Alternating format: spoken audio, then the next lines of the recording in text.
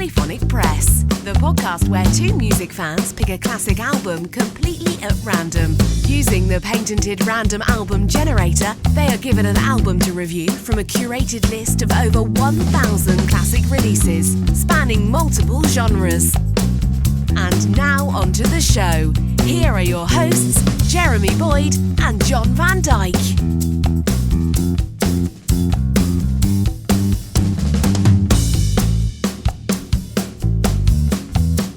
Hey, welcome to Polyphonic Press. I'm Jeremy Boyd.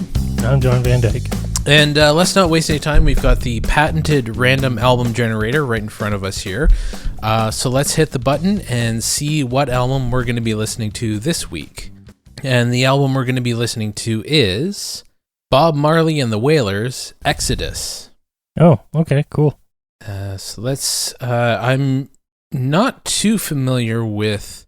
I know this is a really important album in his catalog, but I'm not familiar with the whole album. Yeah, Bob Marley has sort of just kind of been one of those people who's, his hits have been like here and there, and you sort of hear them, but I never really dove into his catalog or anything like that. I don't think I've heard a whole studio album from him. Yeah. So let's hear. This is what it says on allmusic.com. It says, after the success of 1974's Natty Dread and 1976's Rastaman Vibration, Bob Marley was not only the most successful reggae musician in the world, he was one of the most powerful men in Jamaica. Powerful enough, in fact, that he was shot by gunmen who broke into his home in December 1976, days before he was to play a massive free concert intended to ease tensions days before a contentious election for Jamaican Prime Minister. In the wake of the assassination attempt, Marley and his band left Jamaica and settled in London for 2 years, where he recorded 1977's Exodus. Thematically, Exodus represented a subtle but significant shift for Marley. While he continued to speak out against political corruption and for freedom and equality for third world people, his lyrics dealt less with specifics and more with generalities and the need for peace and love, though so much things to say, guiltiness, and the heathen demonstrate the bullets had taken only so much sting out of Marley's lyrics. And while songs like Exodus and One Love / People Get Ready were anthemic, they also had less to say than the more pointed material from Marley's earlier albums. However, if Marley had become more wary in his point of view, and not without good cause, his skill as a songwriter was as strong as ever, and Exodus boasted more than a few classics, including the title song, Three Little Birds, Waiting in Vain, and Turn Your Lights Down Low. Tunes that defined Marley's gift for sounding laid back and incisive at once. His gifts as a vocalist were near their peak on these sessions, bringing a broad range of emotional color to his performances. And this lineup of the Wailers, anchored by bassist Aston Family Man Barrett, drummer Carlton Barrett, and guitarist Julian Jr. Mervyn, is superb, effortlessly in the pocket throughout. Exodus was recorded at a time when Bob Marley was learning about the unexpected costs of international stardom, but it hadn't yet sapped his creative strengths, and this is one of the finest albums in his stellar catalog. Okay. This album was released on the 3rd of June, 1977. Genre is reggae. The label is Island Records, and produced by Bob Marley and the Wailers. Self-produced. Yeah. And so there's 10 songs on the album. So, and it's divided equally between side 1 and side 2. So we'll listen to the first 5 songs and then pause if you're listening along. Okay, so this is the first song on Exodus by Bob Marley and the Wailers. It's called Natural Mystic. So here we go.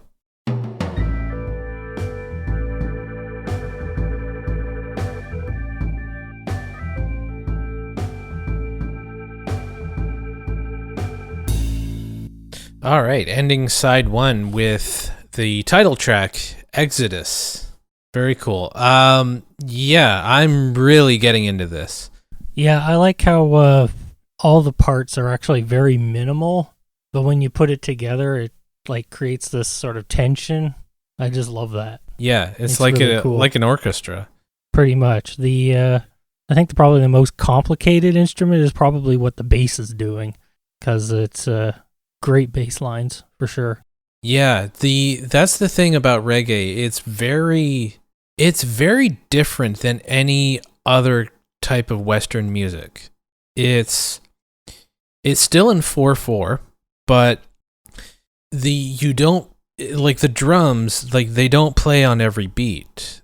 Everything comes down on the 3, and it just creates this space, and you're right, like the drums are very sparse. Everything's just coming down on the 3, on just the one beat, leaves up the other 3 beats for the other instruments to fill everything in, and the organ is just kind of chugging along, and the guitar is just doing these sparse notes, but every instrument is playing in different times, not different time signatures, but at different times, and it's creating this atmosphere.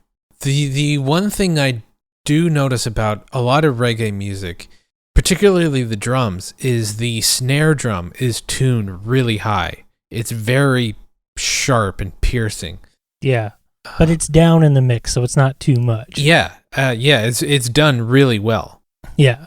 I always wondered, I had heard, I don't know if this is true, but I had heard that the reason that reggae is so bass heavy is because the quality of the sound systems that they had in Jamaica was so that they could it was like a poor country, and so the stereo equipment they had wasn't very good, and so they only heard the bass, like they couldn't hear any of the top end. I don't know if that's true or not, but I heard that somewhere. I think it sort of depends. It could be. I think it's some systems we would have heard a lot of top end. Yeah, because a lot of poor sound systems are very tinny too. So that is true. But they would stack speakers and speakers, especially like DJs and stuff like that. They would go and try and find. I mean, they try to find the most obscure like single that they could and sort of turn it into a hit. Yeah, it was a really weird way of like creating like a music scene, but it was these DJs that sort of just ran the scene, and they would just pick out all these records and they'd blast them with these hours of speakers, kind of like, you know, a Grateful Dead show or something like that. Yeah. But it was just them spinning records. But they'd like create like street dances and stuff like that, and you know, whoever had the most obscure records seemed to, you know, reign supreme. But as far as these stereo systems go, they had so many speakers that I think they got a generally a rounded sound. Yeah. But yeah, I heard something about, you know, on the radio, like the bass would be sort of dropped out, like on those old transistor radios and stuff like that. Like the sound was always a little bit off. So when they would try and replicate that sort of sound, it sort of came out kind of reggae-ish. Oh, okay. That makes sense. Yeah, maybe it's the other way around, where it was just the top end that they could hear, and so they're compensating by guessing what the bass would sound like. I don't know.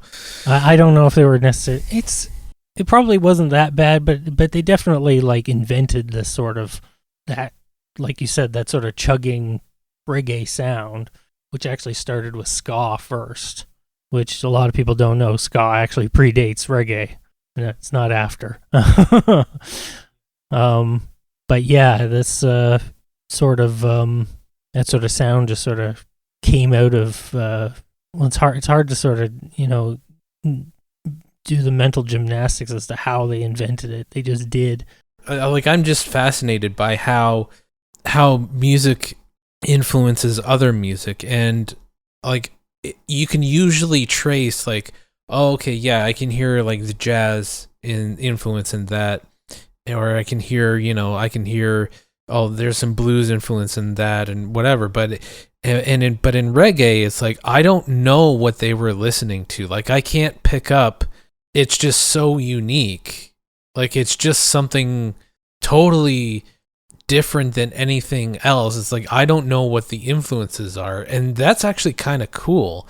That it's such a new thing, and it's pretty rare that, like, especially in the Western music, that you sort of invent a style of music and you sort of have no trace of any other style. I mean, obviously there's things that they were listening to, but it's like they really did something unique. And it's so cool that this little island in the Caribbean had that much influence on just that much that the music became so popular from this little island in the Caribbean.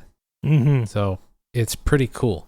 But getting back to this album, yeah, and I mean, look, the production on this is pretty amazing too. I mean, it's very crisp and very lively. It's timeless. It really is timeless. Like you can't, I know it's done in the 70s, but you can't really pin it to one decade in particular. It's so clean. I mean, it's got a little bit of that late 70s thing, but by the late 70s, it was starting, like, recording sound was starting to be very, very clean. It's not quite like, what the early 70s was, where it was still just like a touch of muffled, which I kind of like, but it's definitely of its period. Whereas this was definitely a little bit more clean. It wasn't quite as, polished to the bones as it would get in the 80s.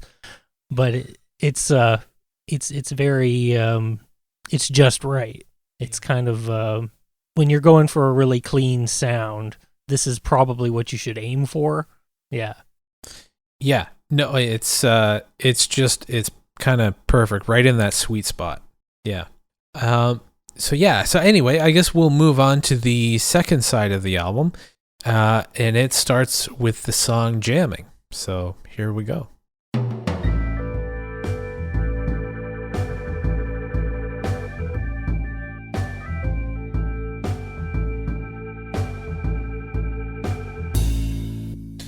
Okay, ending the album with One Love / People Get Ready.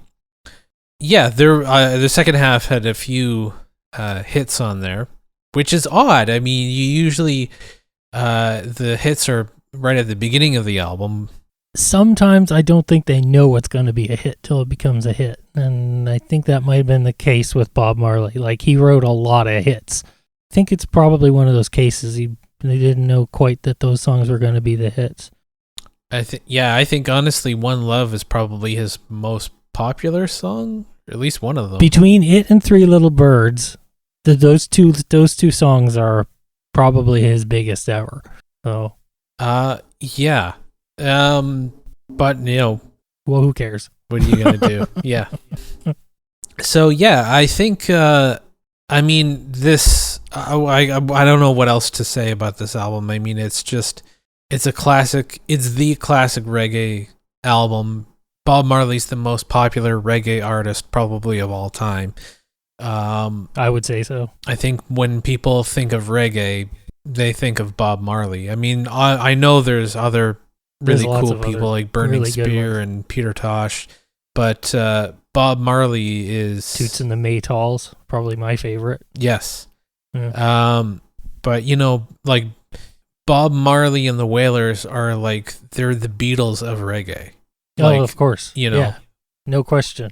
Yeah, and it's just it's I know that reggae is popular, but I kind of wish it were more popular. Like, like rock is kind of ubiquitous, and pop and hip hop and all these other genres are pretty ubiquitous, but it's like, well, rock sort of lost a lot of popularity over the past little while. It has, but it's still there. Yeah, I guess. And like they they play Bob Marley on classic rock radio. Yes, they do. So it's I would almost bet that I would almost say that rock and roll has sort of fallen to the popularity that reggae is always at. Yeah, I would say so. Yeah. Yeah. Which is okay, I guess. Yeah. I mean, I was pretty happy when it was in the forefront, but then again, I can't always get what I want, and it's still there, and I can still enjoy it. So, But that happens to every genre. Of course it does. That happened to jazz. That happened to, it's always going to be there. But it's at one time it's the most popular, and then it dies off, and something new comes along.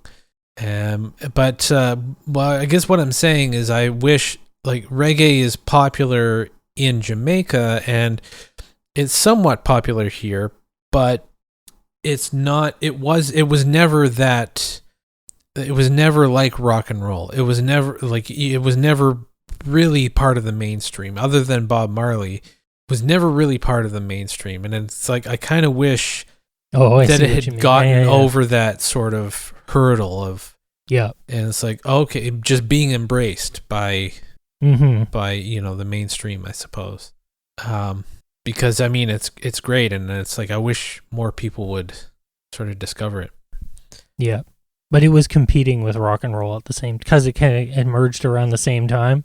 And rock and roll was just such a force that it couldn't help. But its best bet was to be blended within the rock and roll genre as a subgenre of rock and roll, which I guess it kind of is in a way. Yeah, I suppose so. Yeah. It's sort of its own thing, but it's still definitely got that. It's got a rock and roll side to it. Like its structure is still very rock and roll adjacent. Yeah. More so than I would say it was blues adjacent or anything like that. Yeah, I would agree with that. Yeah. Yeah.